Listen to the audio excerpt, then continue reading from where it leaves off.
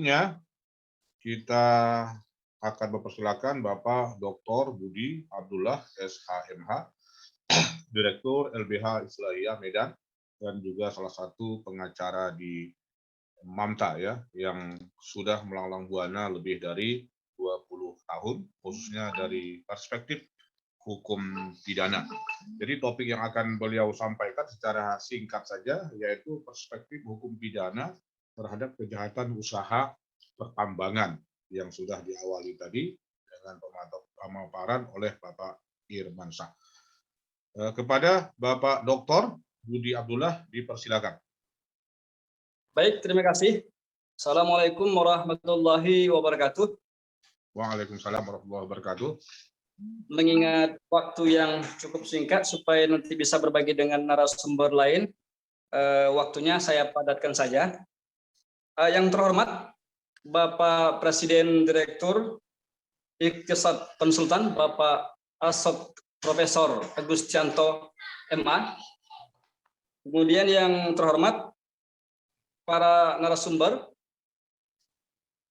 yang terhormat para dosen, akademisi, dan para mahasiswa yang mengikuti kegiatan kita pada hari ini. Tadi sudah sama-sama kita mendengarkan dari narasumber-narasumber yang pertama, yaitu misalnya dari narasumber pertama tadi telah menjelaskan, memberikan penjelasan paparan terkait dengan normatif regulasi perundang-undangan yang berkaitan dengan pertambangan. Kemudian dilanjutkan dengan Direktur Eksekutif MAMTA, Bapak Irman, yang telah menjelaskan dan menyampaikan juga, memaparkan kondisi realitas terkait dengan problematika pertambangan yang terjadi saat ini di berbagai daerah di Indonesia, di mana kesimpulan narasumber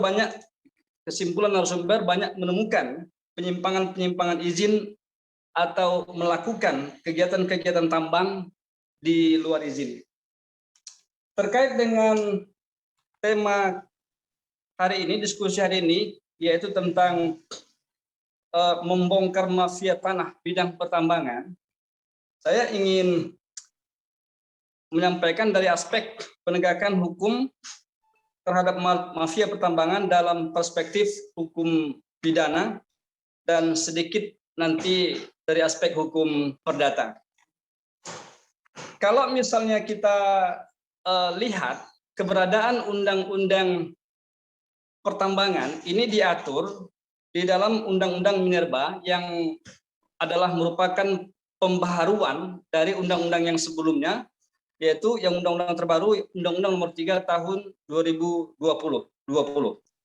Di situ disebutkan bahwa Undang-Undang Minerba ini adalah merupakan peraturan yang mengatur pertambangan mineral dan batu bara dari hulu ke hilir dan berbagai perizinan. Artinya keberadaan Undang-Undang Minerba ini memang adalah merupakan suatu keniscayaan yang diupayakan oleh pemerintah untuk kepentingan bangsa dan negara Republik Indonesia dalam menciptakan kesejahteraan yang sebesar-besarnya bagi rakyat Indonesia sebagaimana telah diamanatkan di dalam Undang-Undang 45 dan Undang-Undang Minerba itu sendiri.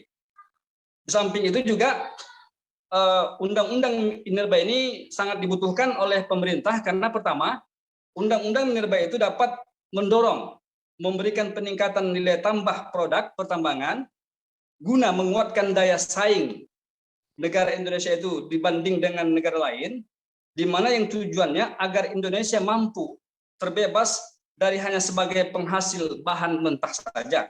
Kemudian Undang-Undang Minerba ini juga hadir adalah salah satunya untuk mengatasi bagaimana selama ini terjadinya misalnya transaksi unreporting transaksi yang tidak terlaporkan, sehingga kegiatan-kegiatan pertambangan ini banyak merugikan pemerintah dari nilai-nilai yang begitu di luar nalar, bahkan triliunan rupiah. Oleh karena itu, kalau misalnya kita melihat dari keberadaan Undang-Undang Minerba ini, sebenarnya bisa kita lihat ada 3 persoalan yang bisa ditemukan dalam undang-undang minerba terbaru ini, di mana yang pertama, persoalan pertama adalah tentang terkait adanya kriminalisasi. Artinya apa? Undang-undang yang terbaru ini pada pasal 162 misalnya, di situ ada menjelaskan bahwa setiap orang yang merintangi atau mengganggu kegiatan usaha pertambangan dari pemegang IUP, IUPK, IPR atau SIP yang telah memenuhi syarat sebagaimana dimaksud dalam pasal 136 ayat 2 dapat atau dipidana dengan pidana kurungan paling lama 1 tahun atau denda paling banyak 100 juta rupiah. Ini pertama. Kemudian ada lagi unsur yang terdapat di dalam undang-undang minerba itu terkait dengan misalnya keberadaan undang-undang minerba ini dapat menimbulkan konflik agraria. Di mana misalnya ketika pemerintah misalnya melakukan atau pengusaha melakukan eksplorasi terkait misalnya dengan seperti tanah yang dieksplorasi itu adalah tanah milik warga atau pihak ketiga, ini tentunya akan dapat mempengaruhi persoalan-persoalan atau konflik-konflik agraria. Kemudian juga keberadaan undang-undang minerba ini misalnya dalam pasal 162 tersebut juga itu bertentangan dengan misalnya pasal 164. Pasal 164 yang mengatur tentang kerusakan lingkungan hidup. Artinya sering kita temukan bahwa setiap misalnya pengusaha atau yang telah memiliki izin untuk mengeksplorasi pertambangan itu selalu seperti yang disampaikan oleh narasumber terdahulu, itu sering kadang-kadang setelah melakukan eksplorasi menimbulkan kerusakan lingkungan hidup. Jadi terkait dengan misalnya aspek pidana dalam undang-undang minerba ini kita misalnya bisa selama ini misalnya kita mendengar ada illegal fishing, tapi kalau dalam undang-undang minerba ini ada istilah sanksi illegal mining. Illegal mining. Yang dimaksud dengan illegal mining di sini adalah kegiatan penambangan yang dilakukan tanpa izin dari negara, khususnya tanpa hak atas tanah dalam melakukan penambangan, eksplorasi atau transportasi mineral. Kalau bahasa sederhananya, illegal mining adalah sama dengan tindakan pencurian. Kalau misalnya kita mendengarkan tadi apa yang disampaikan oleh Direktur Mamta, ya, Direktur Mamta tadi sudah menyampaikan beberapa misalnya perusahaan-perusahaan yang melakukan eksplorasi, banyak ditemukan misalnya izin-izin yang digunakan oleh perusahaan-perusahaan pengekspor itu kadang-kadang tidak sama dengan yang peruntukan. Misalnya izin eksplorasi penggunaan hutan. Bagaimana misalnya perusahaan itu melakukan aktivitasnya di dalam eksplorasi itu, bahkan kita seperti yang disampaikan oleh Direktur Mamta tadi, mereka banyak melakukan eksplorasi itu di luar daripada izin yang diberikan. Kemudian saya ingin menyampaikan tentang misalnya terkait dengan aspek hukum pidana. Kalau misalnya kita lihat di Undang-Undang Nomor 3 Tahun 2020 itu, salah satunya misalnya tentang pasal 165, ya.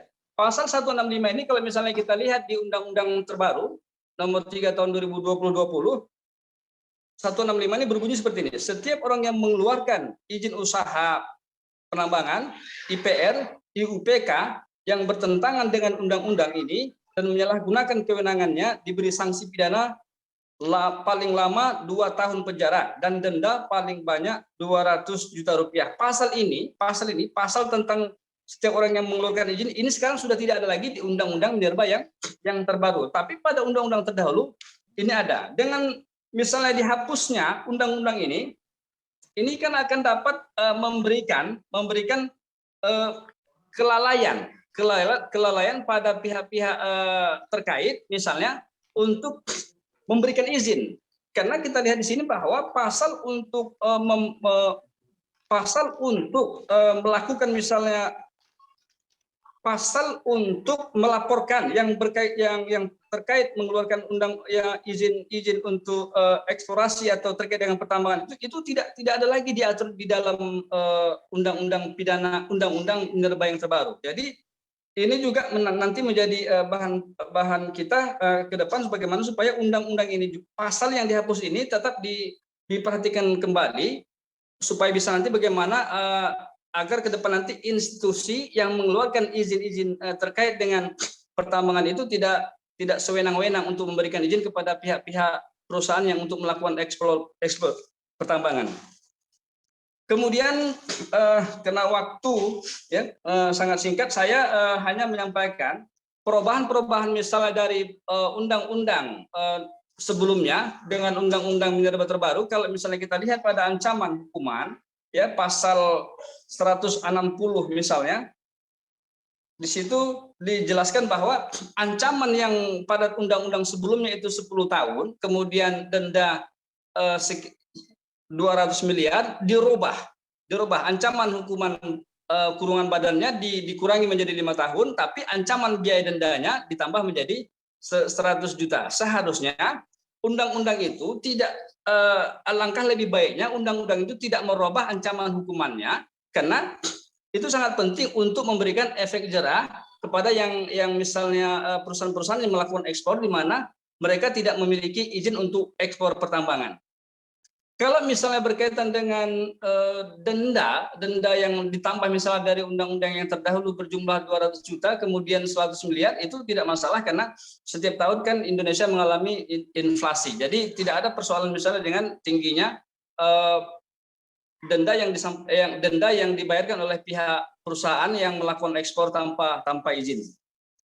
Kemudian kita melihat misalnya dari aspek hukum pidana. Aspek hukum pidana di undang-undang yang mengatur tentang minerba ini, pertambangan ini sebenarnya kalau kita lihat bersifat asasnya itu ultimum remedium. Jadi artinya pemidanaan di sini bukanlah menjadi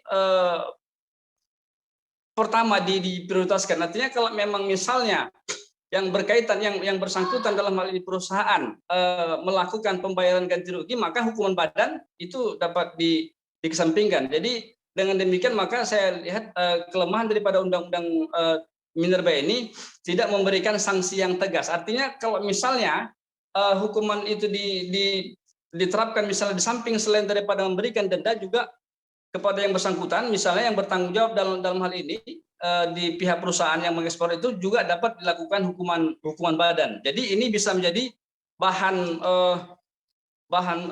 pemerintah kan nanti ke depan bagaimana supaya undang-undang ini dapat direvisi kembali.